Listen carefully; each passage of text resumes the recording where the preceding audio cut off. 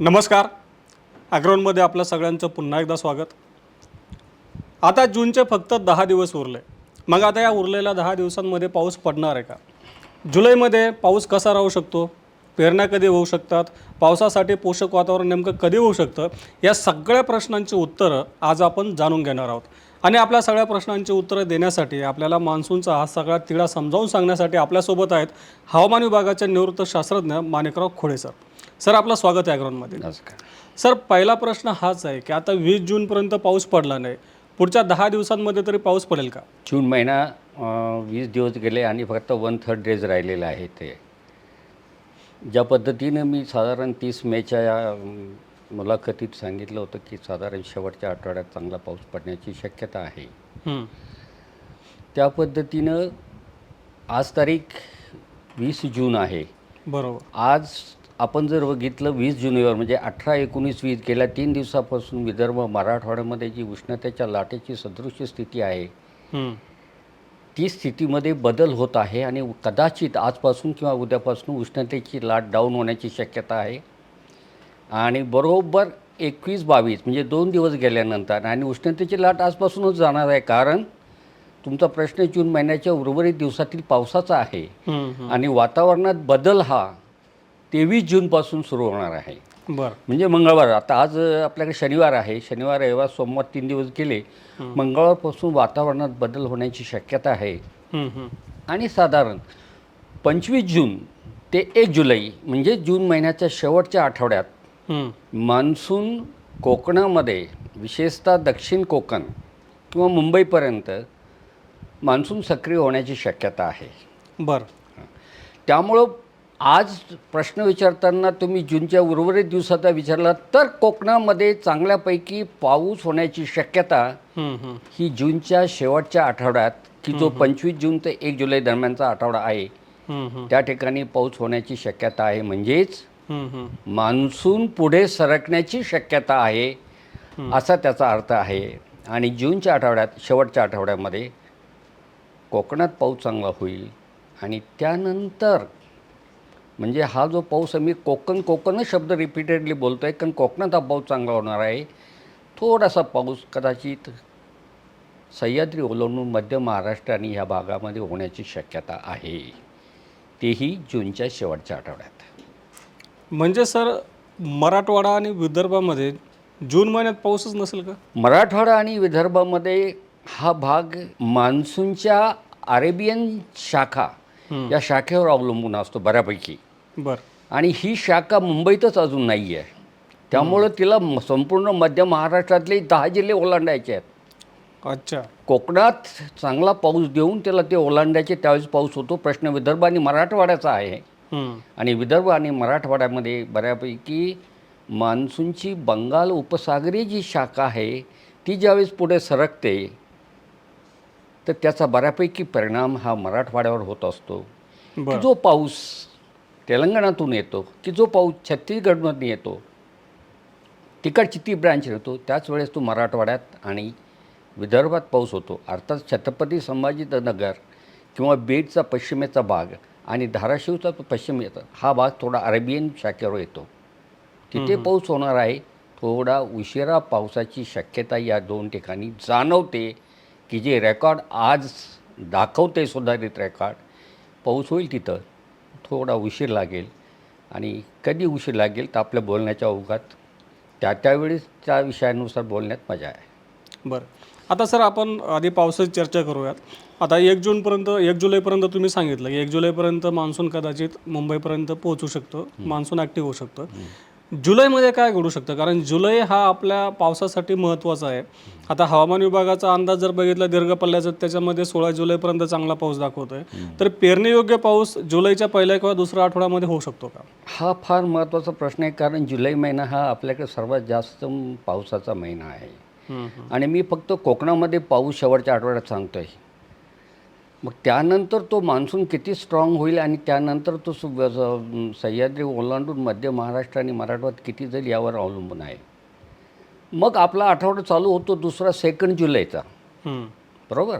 2 जुलै ते 8 जुलै या दरम्यान फारसा जोरदार नाही, पण बऱ्यापैकी मध्य महाराष्ट्रामध्ये पाऊस होण्याची शक्यता आहे आणि त्या पावसावर पेरणी होईल ते मी आज बोलू शकत नाही आहे. पण दुसऱ्या आठवड्यात मात्र मध्य महाराष्ट्रातील 10 जिल्ह्यांमध्ये पावसाच्या सरी कोसळू शकतात की त्याच वेळेस कोकणातही पाऊस चांगला होऊ शकतो. आणि जुलै महिन्याचं विचारलं तर मी जुलैच्या पहिल्या आठवड्याचं सांगतो आहे. आणि जुलैचा जो दुसरा आठवडा आहे 9 जुलै ते 15 जुलै या आठवड्यात मात्र या आठवड्यात विदर्भात चांगला पाऊस होण्याची शक्यता आहे. आणि तेही बंगालच्या मान्सून उपसागरी शाखेतून बंगालच्या शाखा जी येते त्या शाखेतून विदर्भात जास्त पाऊस होईल. त्या खालोखाल मराठवाड्यात होईल. आणि त्याच आठवड्यात बऱ्यापैकी मध्य महाराष्ट्रात अरेबियन ब्रांचने पाऊस होण्याची शक्यता आहे. ओव्हरऑल जरी जूनच्या शेवटच्या आठवड्यात कोकणात पाऊस होत असला तरी जुलैच्या पहिल्या आठवड्यामध्ये बऱ्यापैकी पाऊस मध्य महाराष्ट्रात फार जोराचा तीव्रतेचा नदी नाले असला काही प्रकार नाही आहे, पण पावसाला सुरुवात होण्याची शक्यता आहे. आणि त्याच्यानंतरच्या जुलैच्या दुसऱ्या आठवड्यात मात्र मराठवाडा विदर्भातही पाऊस, पण कदाचित विदर्भात त्यावेळेस चांगला पाऊस होण्याची शक्यता आहे. अच्छा. आणि तेच मान्सूनच्या महाराष्ट्रात पाऊस पडण्याचं ठळक वैशिष्ट्य असेल असं मला वाटतं आहे. म्हणजे जुलैच्या पहिल्या 15 पेरण्या होऊ शकतात एकंदरीत असा अंदाज. तुम्ही पावसाचा प्रश्न विचारलात, पेरण्या होतील असा प्रश्न नाही आहे. तुम्ही पावसाबद्दल सांगितलेलं आहे. म्हणजेच काय 15 जुलैपर्यंत किती प्रमाणात पाऊस होतो मी विदर्भाला हायलाईट केलं आहे की त्याचं ठळक दाखवलं की पाऊस होणार आहे. पण त्याच्यामध्ये पावसाने त्या होणाऱ्या पावसातून किती सेंटीमीटर ओल मिळते त्याच वेळेस आपल्याला त्यावेळेस बोलता येईल. कारण आज 20 तारीख आहे आणि मी 15 जुलै 25 दिवसाचा अगोदर बोलतो आहे. महिन्यातून 2-2 महिन्याची जे फोरकास्ट आहे त्याच्यामध्ये अचूकतेचं टक्केवारी कमी असते. बरोबर. म्हणून तुम्हाला सांगतो जुलै महिन्याचा प्रश्न विचारला, जुलै महिन्याचा दुसऱ्या आठवड्यात बऱ्यापैकी पाऊस होण्याची शक्यता आहे असंच मी म्हणेल. आपण जर हवामान विभागाचा अंदाज बघितला तर पुढच्या आठवड्याभरामध्ये MGO आहे तर तो फेज 2, 3, 4, 5 की ज्या आपल्या भारतातल्या आणि महाराष्ट्रातल्या पावसासाठी पोषक राहील, ज्या असतात फेज तर त्या फेजमध्ये राहू शकतो असा एकंदरीत अंदाज दिसतो. तर मग जर MGO या फेजमध्ये असेल तर आपल्याकडे पुढच्या आठवड्यात त्यामुळे पाऊस पडणार आहे का इतर काही वातावरणीय घडामोडी घडणार आहेत? हा प्रश्न तुम्ही MGO बद्दल विचारला. एक वाक्यामध्ये मला शेतकऱ्यांना सांगावंसं वाटतं, बऱ्याच शेतकऱ्यांना MGO समजायला लागला आहे. MGO विश्ववृत्तावर संपूर्ण एक सर्कल पूर्ण करायचं म्हणजे दक्षिण आफ्रिकेपासून जर सुरुवात केली तर श्रीलंका, इंडोनेशिया, म्यानमार, प्रशांत महासागर असा कंप्लीट तो एक चक्कर पूर्ण करतो. आणि ह्या एक चक्राच्या ह्या 360चे 8 भाग पाडलेले आहेत. आणि ह्या प्रत्येक भागाला फेज 1, फेज 2, फेज 3 असं म्हणलेलं आहे. मग नुसत्या फेजवरून आणि याला कालावधी एक 45 दिवसही लागू शकतो, कधी 60 दिवसही लागू शकतात. बरं. आता तुमचा प्रश्न MGOच्या आणि मान्सूनच्या आगमनाच्या कालावधीत प्रश्न विचारलेले आहे. नुसतं मान्सून एका ठिकाणून दुसऱ्या ठिकाणी MGO एका ठिकाणून दुसऱ्या ठिकाणी होतं हे महत्त्वाचं नाही आहे. त्याच्यातही ताकद किती आहे म्हणजे त्याचा ॲम्प्लिट्यूड. ज्यांना वेव्ह थिअरी फिजिक्समधली समजलेली आहे त्यांना माहिती आहे ॲम्प्लिट्यूडची व्हॅल्यू. तो ॲम्प्लिट्यूड किती आहे, मॅक्झिमम किती आहे. हा जर 1 असेल तर तो मॅक्झिमम आणि तो जर 0 असेल तर म्हणजे पाहुणा येऊन झोपी गेलेला असा अर्थ त्याचा आहे. तर MGO ज्याला 45 ते 60 दिवस लागतात, आज 20 तारखेला तो भारताच्या अरबी समुद्रात आहे. बरं. पण त्याचा ॲम्प्लिट्यूड 0 आहे, कार्यक्षमता फार वीक आहे. जो MGO एका फेजमध्ये 8 दिवस 10 दिवस कधी घेतो, 15 दिवस घेतो, तो MGO आत्ता 20 जून नंतर साधारण तुम्हाला 5 ते 6 दिवसामध्ये फेज 2, फेज 3, फेज 4, फेज 5 हे सगळं इतका वेगाने ओलांडून जाणार आहे. तेही कमीत कमी कार्यक्षमतेत जाणार आहे. तर MGOचा असूनही काही उपयोग नाही. बरं. कारण तो ॲम्प्लिट्यूड 0मध्ये आहे आणि त्याचा ताकद नाही आहे आणि फार वेगाने जातो आहे. 5 ते 7 दिवसात तो इतक्या वेगाने जातोय की संपूर्ण पृथ्वीचं अर्ध सर्कल तो 5 ते 6 दिवसात पूर्ण करणार आहे. तो काय आपल्याला मदत करणार? मान्सून तर अजून कोकणातच आहे, महाराष्ट्रात मान्सून पाहिजे. आणि एमजीओचा मान्सूनच्या काळामध्ये मान्सूनचं आगमन खेचण्यासाठीच फार उपयोग होत असतो. प्रश्न एमजीओचा विचारला, त्याची स्थिती आज अशी आहे. हाच एमजीओ जर एम्प्लिट्यूड 1च्या दरम्यान असता आणि तो जर आज 2मध्ये आहे आणि कदाचित 10 दिवस त्यांनी घेतले असते 2 आणि 3मध्ये, कदाचित आजपासूनच पावसाला सुरुवात झाली असती, मान्सून वेगात पुढे सरकला असता आणि 10 दिवसामध्ये जी शेतकऱ्यांमध्ये चिंता आहे ती चिंतामुक्त महाराष्ट्रातला शेतकरी ह्या एमजीओने केला असता. पण ती स्थिती यावेळेस नाही आहे. बरं. एकमेव कारण त्याची कार्यक्षमता ॲम्प्लिट्यूड 0 आहे आणि तो वेगात निघून जातो आहे. आपण म्हणतो अरे थांब मला तुझ्याशी बोलायचं, तो पुढं पळतोय, त्यातला प्रकार आहे तो. अशी अवस्थेमुळं एमजीओचं काही आपल्याला फारसा उपयोग नाही.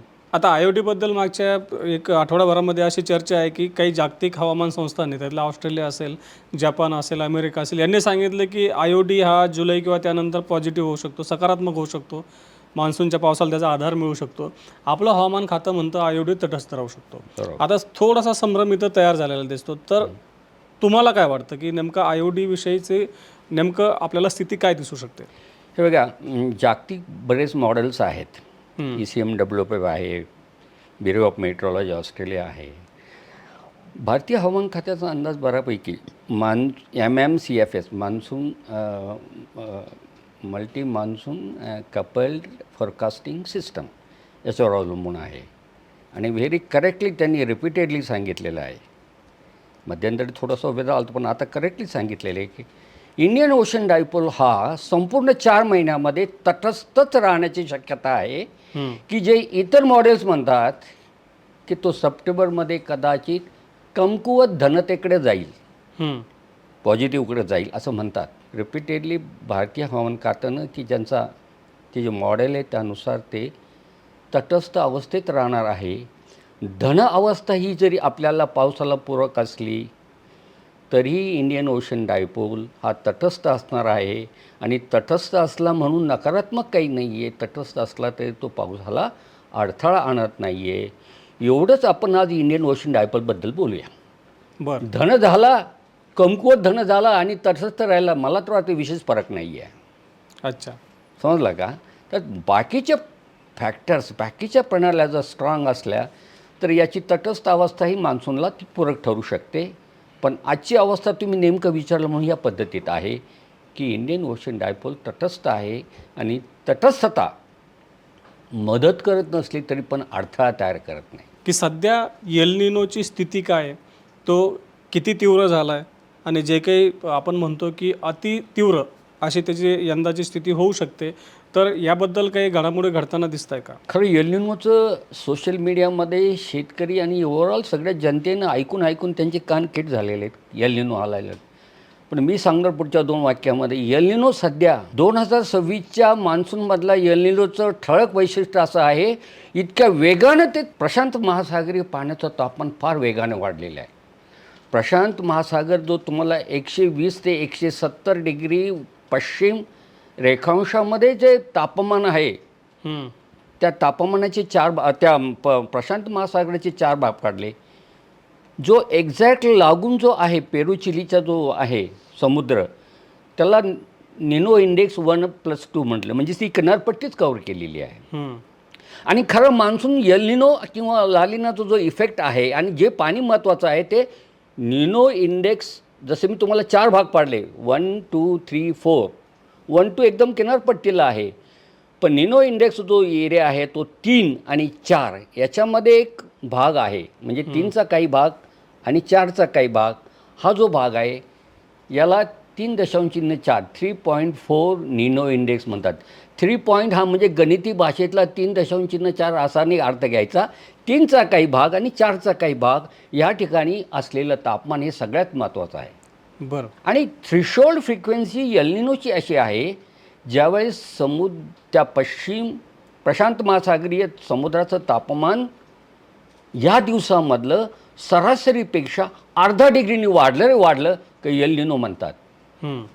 आणि अशीच अवस्था मेमध्ये होती जवळपास अर्धा डिग्रीची. जूनमध्ये 20 दिवस गेलेत. इतक्या वेगाने तापमान वाढलं आहे, तुम्हाला आश्चर्य वाटेल. निनो इंडेक्स 1+2 पेरू चिलीच्या काठावर तापमान हे जवळपास 2 डिग्रीजनं वाढलेलं आहे. बर.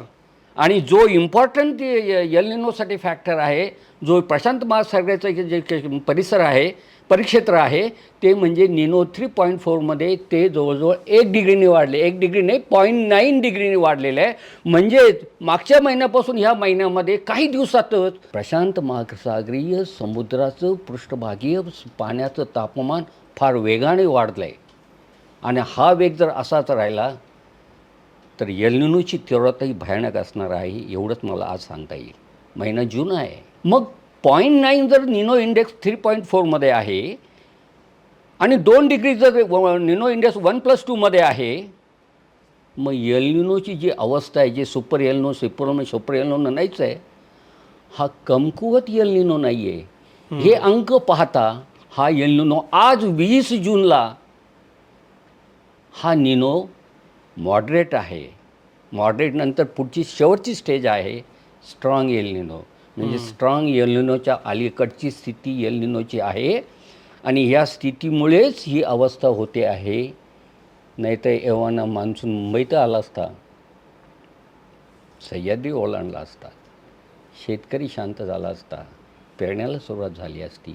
आणि हेच एकमेव कारण एल निनोच्या वेगानं घडणाऱ्या तीव्रतेत आहे, असंच मला या ठिकाणी सांगायचं आहे. आता एल निनो स्ट्रॉंग होऊ शकतो, तीव्र होऊ शकतो, तसे ऑलरेडी झालेला आहे. अच्छा.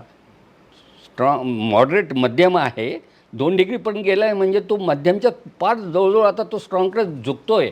बरं. पण इम्पॉर्टंट एरिया 3.4 असल्यामुळं तो फक्त 0.9 आहे, म्हणजे मध्यम आहे. बरं. आता तुम्ही सांगितलं की तो स्ट्रॉंग होऊ शकतो, आणखीन वाढू शकतो. किती दिवसाचा कालावधी, म्हणजे मान्सून काळातच होईल का नंतर होईल काय? बऱ्यापैकी नोवाच्या रिपोर्टप्रमाणे नोव्हेंबर डिसेंबर जानेवारीमध्ये तो स्ट्रॉंग एल निनोमध्ये होण्याची शक्यता आहे. बरं. आणि त्यासाठी आपण आपला कालावधी, आपला मान्सूनचा कालावधी विचारात घेतला तो जून टू सप्टेंबर. तर जून ते सप्टेंबरमध्ये आज जर तो 0.9 आहे तर 1 ते 1.25 डिग्रीपर्यंत तो जाऊ शकतो ह्या 4 महिन्याच्या कालावधीत. बरं. सगळेच निनो इंडेक्स बघायचे नाही. नेहमी निनो इंडेक्स 3.4वर जोर द्यायचा. जो आज 0.9 आहे, रिमेनिंग 3 महिन्यात तो कदाचित जर वेगाने गेला तर तो 1 ते 1.5 डिग्रीपर्यंत जाऊ शकतो. आणि 1.5 डिग्री जाऊ शकतो हे बाकी जर आपण म्हणत असलं तर प्रत्यक्षात त्याची मॉनिटरिंग चालूच आहे. किती जाऊ शकतो अंदाज विचारला म्हणून तुम्हाला सांगतो. 1.5 डिग्री कदाचित 2 डिग्रीपर्यंत जाऊ शकेल. हे त्यावेळेस निरीक्षणाच्या पातळीतून ते आपल्याला बोलता येईल. बरं. म्हणजे सर थोडक्यात एल निनो जो काही झपाट्यानं वाढतो, म्हणजे तीव्रता वाढते, त्याचा परिणामच आपल्याला मान्सूनवर दिसतो. म्हणून आपल्याला जूनमध्ये राज्यात एवढा मोठ्या प्रमाणात कमी पाऊस पडतोय, मान्सून एका जागावर रखडलेला दिसतो. हे सगळं एल निनोमुळेच होतं आहे का? एकमेव कारण तेच आहे की एल निनोमुळे. आता तुम्ही म्हणाल नेमकं कसं सांगता येईल का साहेब, एल निनो कशामुळे आम्हाला मान्सून येतं? हे बघा, आपल्याकडे येणारा मान्सून हा दक्षिण गोलार्धात मास्केरेन हायजवळ असलेलं उच्च दाबाचं क्षेत्र, ते उच्च दाबाचं क्षेत्र त्याच्या नेहमीच्या सरासरी जागेवर असणं, त्याची ताकद जास्त आहे म्हणजे तो हवेचा दाब जास्त असणं, आणि तिथून आल्यानंतर त्या दाबामुळं काय होतं, दक्षिण अमेरिकेकडून आलेले मान्सूनचे वारे विषुववृत्ताच्या खाली ह्या हवेच्या उच्च दाबाजवळ येतात. त्यावेळेस त्या दाबाला तोंड देतात, ते वळतात. आणि वळायला बरोबर त्यांना लगेच विषुववृत्त लागतंय दक्षिण आफ्रिकेच्या तिथं. आणि मग तिथं असलेल्या पर्वतीय रांगा आणि त्याच्यामुळं तो टर्न घेतोय. बरं. म्हणजे ह्या वाऱ्यामध्ये ताकद पाहिजे, ती ताकद कमी पडते. आणि ही ताकद का कमी पडते? ज्यावेळेस एल निनो असतो प्रशांत महासागरामध्ये, तिथं पाण्याचं तापमान तापलं जातं, तिथं ते वर जातं, ढगाची निर्मिती होते, इथं पोकळी तयार होते, आणि त्या ठिकाणी दोन्ही बाजूला पाऊस पडतो.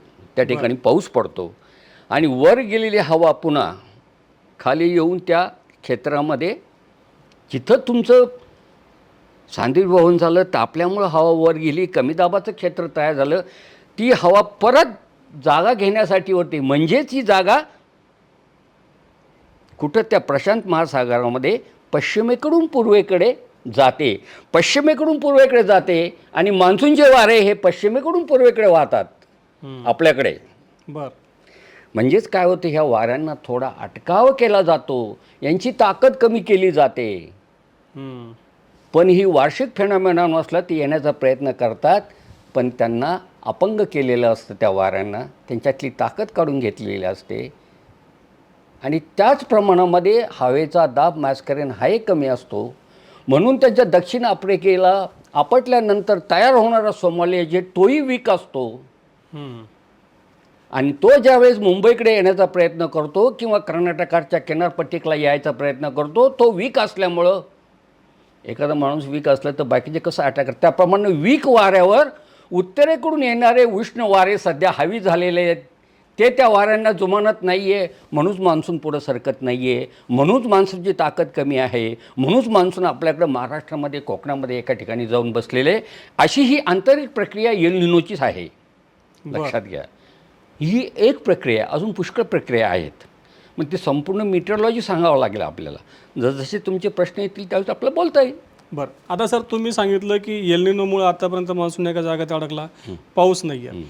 आता तुम्ही सांगितलं की 25 जून ते 1 जुलैपर्यंत पाऊस काही भागांमध्ये पडू शकतो, कदाचित मुंबईपर्यंत जाऊ शकतो. तर मग अशा काय बदल होणार की या कालावधीमध्ये? हा प्रश्न म्हणजेच काय, त्या ज्या प्रणाल्या आहेत त्या प्रणाल्या तुमच्या शेवटच्या आठवड्यामध्ये काय होणार. आता तुम्ही प्रणाल्या विचारलं म्हणजे तुमची इच्छा आहे ती ऐकायची की बाबा ह्या अशा कोणत्या प्रणाल्या आहेत की ज्यामुळं तुम्हाला शेवटच्या आठवड्यामध्ये मान्सूनचं काय होईल. पहिली गोष्ट, हंगाम जून टू सप्टेंबरमध्ये एक मान्सूनचा ट्रफ शब्द बोलणार नाही, त्याला सीझनल हंगामी आस, हवेच्या कमी दाबाचा हंगामी आस, जो वायव्येकडून आग्नेयेकडे असतो. म्हणजे पाकिस्तान राजस्थानपासून तर ते ओरिसापर्यंत असतो. तो सध्या एकदम उत्तरेकडे आहे. तो मात्र आता त्याच्या नॉर्मल जागी येणार आहे आणि तो दक्षिणेकडे सरकणार आहे. ही सगळ्यात महत्त्वाची प्रक्रिया शेवटच्या आठवड्यात होणार आहे. म्हणजे मान्सून ट्रप नाही म्हणतात, ज्यावेळेस मान्सून संपूर्ण देशात जातो त्यावेळेस मान्सून ट्रप म्हणतात. नातोच आहे पण त्याचं नाव नंतर बदललं आहे, पण तो त्याला हंगामी ट्रप म्हणतात. तो खाली सरकणार आहे आणि त्याचं उजवीकडचं टोक तर ऑलरेडी खूप खाली सरकणार आहे. ही जमेची बाजू आहे. म्हणून बंगाल उपसागरीय मान्सूनची शाखा स्ट्रॉंग होण्याची शक्यता आहे, की ज्या आधारावर मी सांगितलं की 9 जुलै ते 15 दरम्यान विदर्भात जास्त पाऊस आहे. दुसरी जे आहे, जे वारे आपल्याकडे व्यापारी वारे म्हणतो, जे वारे आपल्याकडे एल निनोपासून येतात, ज्याचं मी तुम्हाला आत्ताच सांगितलं अडथळ, ती वारे तिथून येतात आणि दक्षिण आफ्रिकेपर्यंत येतात, बरोबर. त्याला आम्ही म्हणतो ईस्टर्ली जेट. तो स्ट्रॉंग होणार आहे. बरं. तो स्ट्रॉंग होणार आहे म्हणजे मान्सूनचे वारे सध्यापेक्षा थोडे बळकट होण्याची शक्यता आहे. हे दुसरं कारण आहे. सगळ्यात महत्त्वाचं, जे वारे तुम्हाला ईस्टर्ली आल्यानंतर साऊथ आफ्रिकेपासून सोमालियापासून तर आमच्या मुंबईपर्यंत कर्नाटकाच्या बाउंड्रीपर्यंत यांची ताकद वाढणार आहे. बरं. त्याचं इंटर रिलेटेड तेच आहे. आणि त्याचबरोबर हे सगळं आहे, पण त्याला खेचायला काहीतरी पाहिजे ना. सेंट्रल अरेबियन सी म्हणजे आपल्या अरबी समुद्रामध्ये वरच्या पातळीमध्ये कमी दाबाचं क्षेत्र तयार होणार आहे. साधारण 4.5 ते 4 किंवा ते कमी दाबाचं क्षेत्र खेचण्यासाठी ही एक प्रणाली 25 जून ते 1 जुलैच्या दरम्यान होणार आहे. नंतर जे तुम्ही म्हटलं आहे मान्सून खाली आहे, आपलं महाराष्ट्र खाली आहे, पण हिमालयामध्ये तिबेट आहे. तिबेटच्या समुद्रसपाटीपासून 200 मिलीबार म्हणजे 10 किलोमीटर अंतरावर उच्च दाबाचं क्षेत्र तयार व्हायला पाहिजे. की जे उच्च दाबाचं क्षेत्र तयार झालं तरच चेन्नई आणि विषुववृत्तावर जे पूर्वेकडून येणारे वारे स्ट्रॉंग होतात. तो टिबेटिन हाय म्हणतो आम्ही त्याला. तो टिबेटिन हाय त्याच्या नॉर्मल जागेवर होण्याची शक्यता आहे त्या आठवड्यामध्ये, की ज्यामुळं आपले हे वारे स्ट्रॉंग होणार आहे. हा एक महत्त्वाचा आहे. म्हणजे 200 मिलीबार लेवलला टिबेटच्या वर 10 किलोमीटरवर हवेचा उच्च दाब तयार व्हायला पाहिजे, ती होण्याची शक्यता आहे. आणि नुसतं अरेबियन सीमध्ये नाही, बंगालच्या उपसागरातसुद्धा 5.8 किलोमीटरवर कमी दाबाचं क्षेत्र तयार होणार आहे. या सगळ्या अजून 2 प्रणाली, या सगळ्या प्रणाल्यांच्या एकत्रित परिणामातून भाकीत बोलतोय आपण, अंदाज सांगतो, कदाचित 25 जून ते 1 जुलैच्या दरम्यान कोकणात पाऊस येण्याची शक्यता आहे. आणि त्याच दरम्यान मान्सून तळ कोकणात बसलेला मान्सून मुंबईत त्या तारखेला येऊ शकतो असं मला वाटतं. ती तारीख तर तुमच्या सांगता येईल आम्हाला, ती तारीख एल निनोच्या वर्षामध्ये मुंबईमध्ये कधी येईल एवढंच मला या ठिकाणी प्रणाल्या विचारलं म्हणून मी सांगितलं आहे. आता सर तुम्ही मान्सूनचा उल्लेख केला, तर यंदा असं दिसतंय की अरबी समुद्राकडून जो काही मान्सून आपल्या देशामध्ये येतोय, तर तो 8 जूनपासून जवळपास एकाच जागेवर दिसतो की आपल्या रत्नागिरीच्या हरणेपासून तर सोलापूरपर्यंत इकडं. परंतु इकडून उत्तर भारताकडून मान्सून झपाट्यानं पुढं सरकताना दिसतोय. असं यंदा का दिसतंय? दक्षिण गोलार्धात विषुववृत्ताच्या खाली दक्षिण आफ्रिकेच्या खाली असलेले मॅस्केरियन बेटे समुद्रातली, त्या बेटावरचं उच्चदाब, बरं, हा उच्चदाब एका ठिकाणी बसलेला असतो का नाही, तो इकडं किंवा इकडं म्हणजे पश्चिमेकडं पूर्वेकडं सरकत असतो. आणि तो त्याच्या सरासरी जागेपासून तो पूर्वेकडं सरकलेला आहे. म्हणजेच मान्सूनचे वारे आल्यानंतर त्याला त्याच्या अगोदरच, म्हणजे जसं एखाद्या पाहुण्याला भेटण्यासाठी आपण रस्त्यावर त्याला घ्यायला जातो तसा प्रकारचा मास्केरेन आहे. त्याच्या जागेपासून कुठं आलेला आहे तो, श्रीलंकेच्या खाली, म्हणजे विषुववृत्त त्याच्या खाली आलेला आहे. त्यामुळं क्रॉस इक्वेटोरियल फ्लो म्हणजे विषुववृत्तावरून जी वारे वळसा घालून यायला पाहिजे ती वळसा अरबी समुद्रात न येता ही साधारण केरला ह्या भागातून ती ईशान्येकडे जात आहेत, नैऋत्येकडे म्हणजे साऊथ वेस्टर्ली असे जातात. त्यामुळं काय झालं आहे, मान्सून हा वेगानं रायलसीमा, तामिळनाडू, तेलंगणा ह्या भागातून तो पार नॉर्थ ईस्टमध्ये गेलेला आहे. नॉर्थ ईस्ट ओलांडून पार सिक्कीम ओलांडून तो पार बिहार झारखंडमध्ये आलेला आहे. त्याचं एकमेव कारण मास्केरेन हा आहे. बरं, मॅस्केरेन आहे त्याच्या सरासरी जागेपासून थोडंसं उजवीकडे सरकला, त्यामुळं मान्सून हा बघा आसामकडच्या 7 राज्यांमध्ये, पूर्वोत्तरच्या 7 म्हणजे चांगला पाऊस पडतो गेल्या 8 ते 10 दिवसापासून. त्याचं एकमेव कारण हे जी सिस्टम आहे, ही सिस्टम मास्केरेन हा थोडा भारताचा नकाशा डोळ्यापुढे घेतला तर ती पूर्वेकडे सरकल्यामुळं ही ब्रँच स्ट्रॉंग झालेली आहे. अच्छा. तसं दरम्यानच्या काळात विशेष बंगालच्या उपसागरात कोणती प्रणाली नाही, पण याचा इफेक्ट होऊन त्यामुळे तिकडे पाऊस निर्माण झालेला आहे. आणि बिचारा शब्द बोलतो, पण बिचारा अरेबियन ब्रँचला सपोर्ट करणारी कोणती सिस्टम नसल्यामुळं तिथं वेगाने पाऊस होतो आहे. आणि ज्यावेळेस एक इंटररिलेट मी बऱ्याच वेळा सांगितलं शेतकऱ्यांना, ज्यावेळेस नॉर्थ ईस्टमध्ये चांगला पाऊस होतो, महाराष्ट्रामध्ये पावसाची वानवा असते, तोच प्रकार इथं आहे. म्हणजे तुम्ही म्हणाल तिथला पाऊस कमी व्हायला पाहिजे का, नाही, आपल्याकडे सिस्टम तयार व्हायला पाहिजे. तिथे पाऊस होऊ दे, इकडे पाऊस होऊ दे. आणि त्यामुळंच महाराष्ट्रात मान्सून पुढे सरकत नाही आहे. पण काही दिवसात तो मुंबईमध्ये येईल. या अगोदर असं तो उशिरा आलेला आहे, तो मुंबईमध्ये येण्याची शक्यता आहे. आपण बघितलं की आज 20 तारीख आहे, 18 जूनपासून मान्सून एकाच जागेवर आहे, तो अजून मुंबईत आला नाही.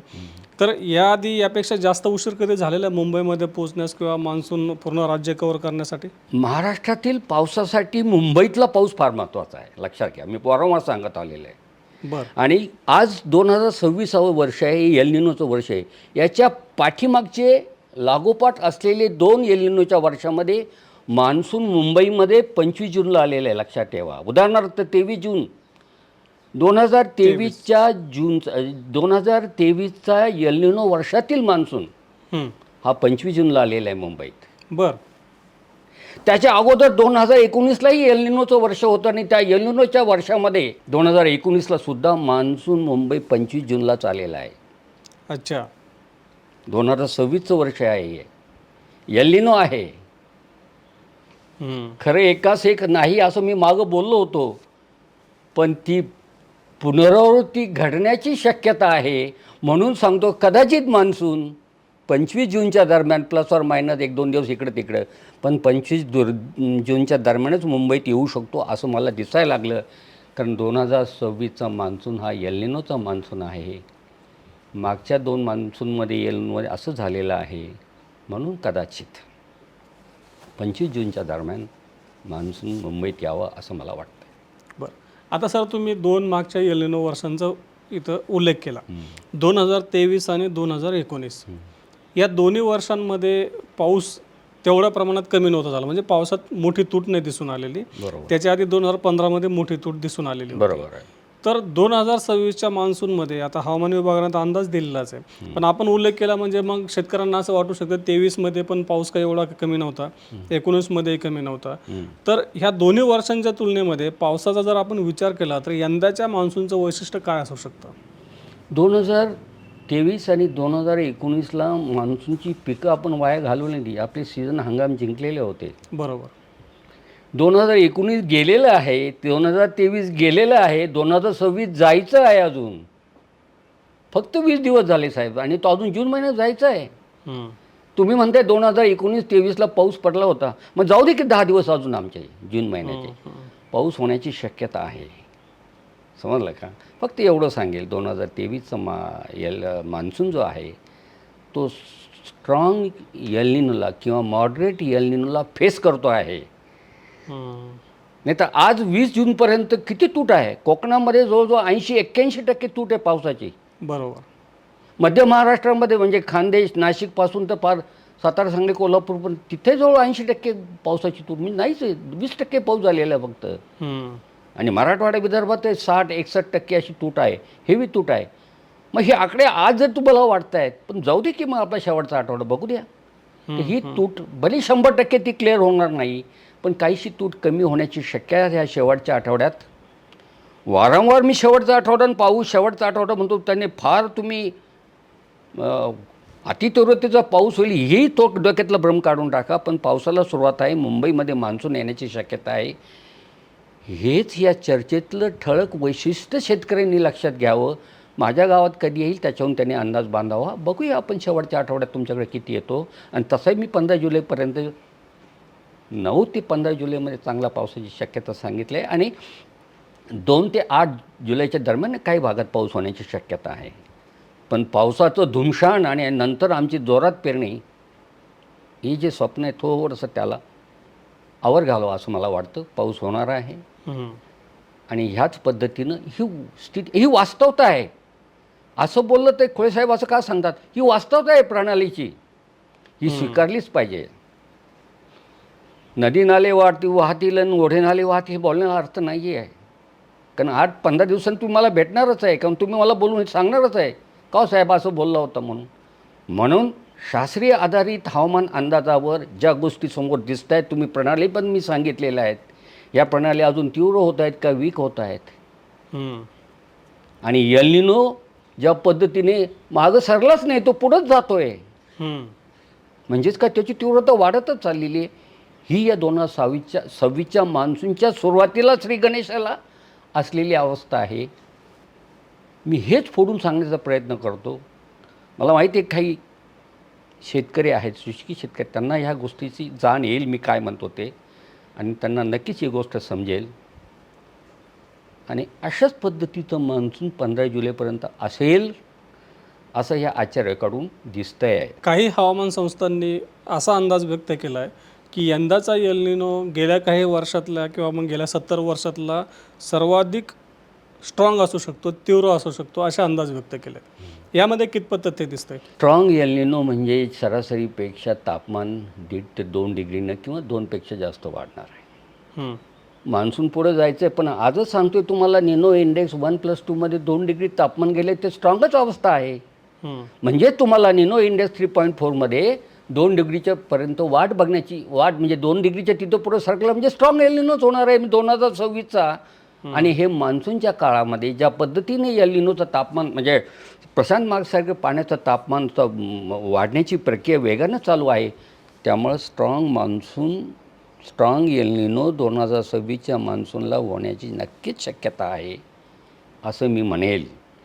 जागतिक लोक ते काय सांगतायत, आमचं भारतीय हवामान खातं तेच सांगते, त्यांचं monsoon mission couple forecasting system तेच सांगते.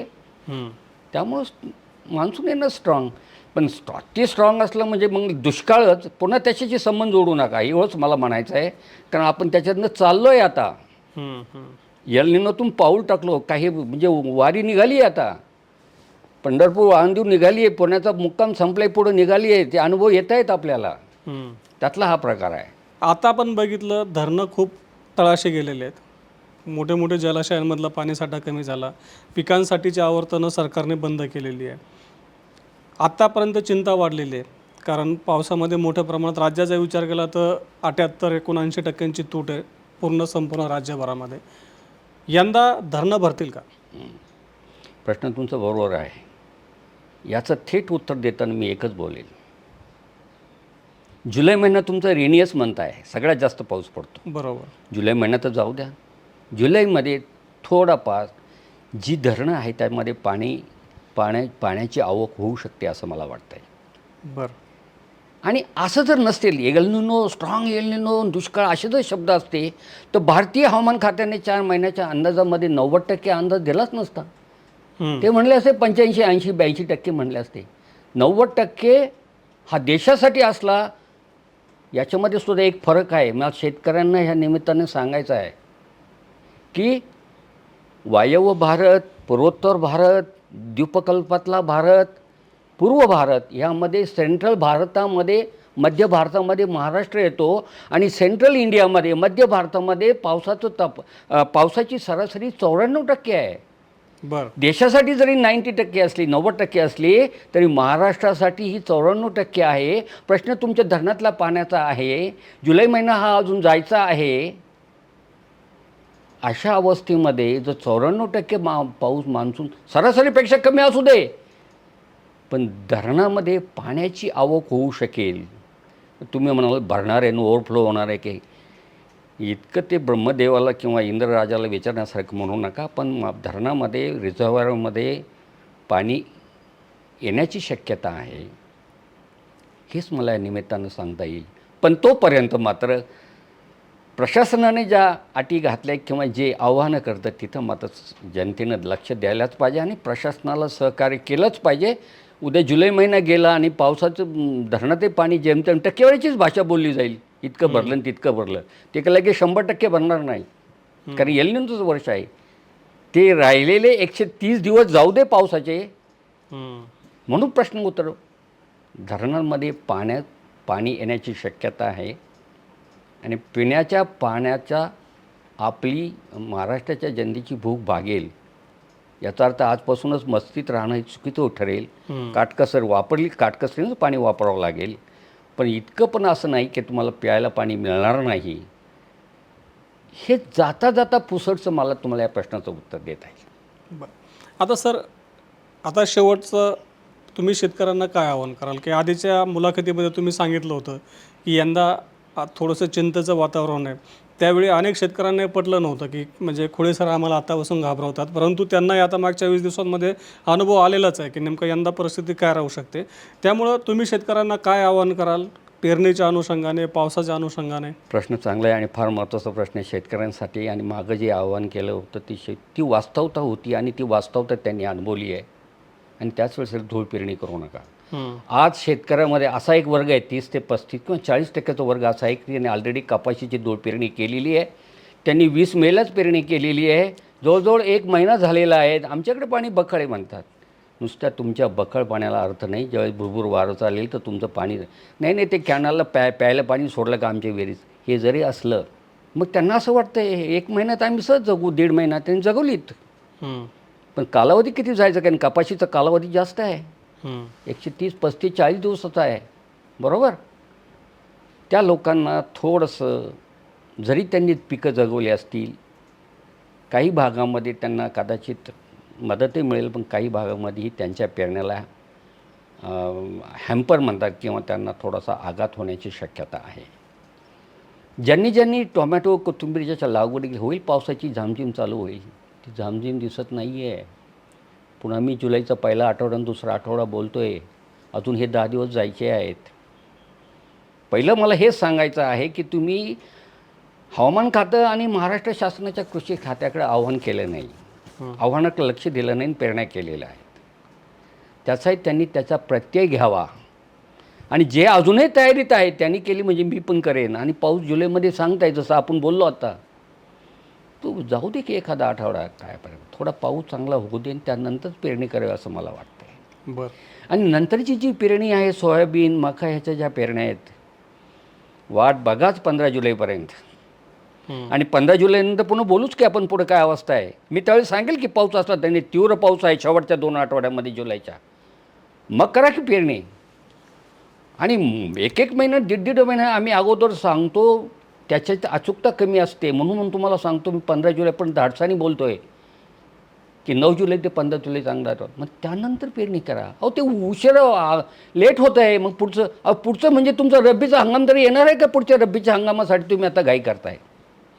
तर पाऊस होऊ द्या, चांगली ओल घ्या आणि नंतरच पेरणी करा. हे वारंवार मी सांगेल. आपण बोलतो आहे, चर्चा करतो आहे 15 जुलैपर्यंत. या प्रणाल्याच्या आधारावर बोलतो आहे. जी प्रणाली तुम्हाला सांगितलं मी 25 जून ते 1 जुलै जे सांगतो आहे आत्ता पुढच्या आठवड्यामध्ये, ही गेल्या 10 दिवसापूर्वी फार स्ट्रॉंग पाऊस होता मुंबईमध्ये ह्या ठिकाणी. आणि आज मी तुम्हाला 20 जूनला बोलतो आहे, त्याची तीव्रता तशी नाही आहे की जी 10 दिवसापूर्वी होते. पाऊस होणार आहे, पण त्याचं प्रमाण टक्केवारी कमी झालेलं आहे. बरं. म्हणजेच काय, जसजसं आपण त्या कालावधीच्या जवळ जातो ती अचूकता डोळ्यापुढं ते नाही. 90% नाही, 50% किती पाऊस होणार आहे त्यावेळेस कळत असतं. म्हणून आशा द्यायची तर शेतकऱ्यांनी की बाबा हो, 25 जून नंतर पाऊस होण्याची शक्यता आहे, पण 10 दिवसापूर्वीच्या बाकी तामान याच्यामध्ये त्याची तीव्रता कमी झालेली आहे. प्रत्येक 10-10 दिवसानंतर आपल्याला बोलता येईल की पुढचे 10 दिवस कसे असतात, आणि तोच खरा अंदाज असतो. त्याच आधारावर बोलतो आहे आपण. 10 दिवस जाऊ तर आम्ही भेटणारच आहोत. तर शेतकऱ्यांनी थोडंसं प्रशासनाच्या आव्हानाकडे लक्ष देऊन ऐकावं. आणि स्थिती वाईट आहे, विषयाची परीक्षा का घ्यावी, एवढंच मला या ठिकाणी शेतकऱ्यांना सांगावंसं वाटतं. बरोबर. म्हणजे थोडक्यात शेतकऱ्यांनी जी परिस्थिती आपल्या पुढं दिसते, पाऊस नेमका किती पडतो, कसा पडतो, त्याच्यानुसार आपलं नियोजन करणं गरजेचं आहे.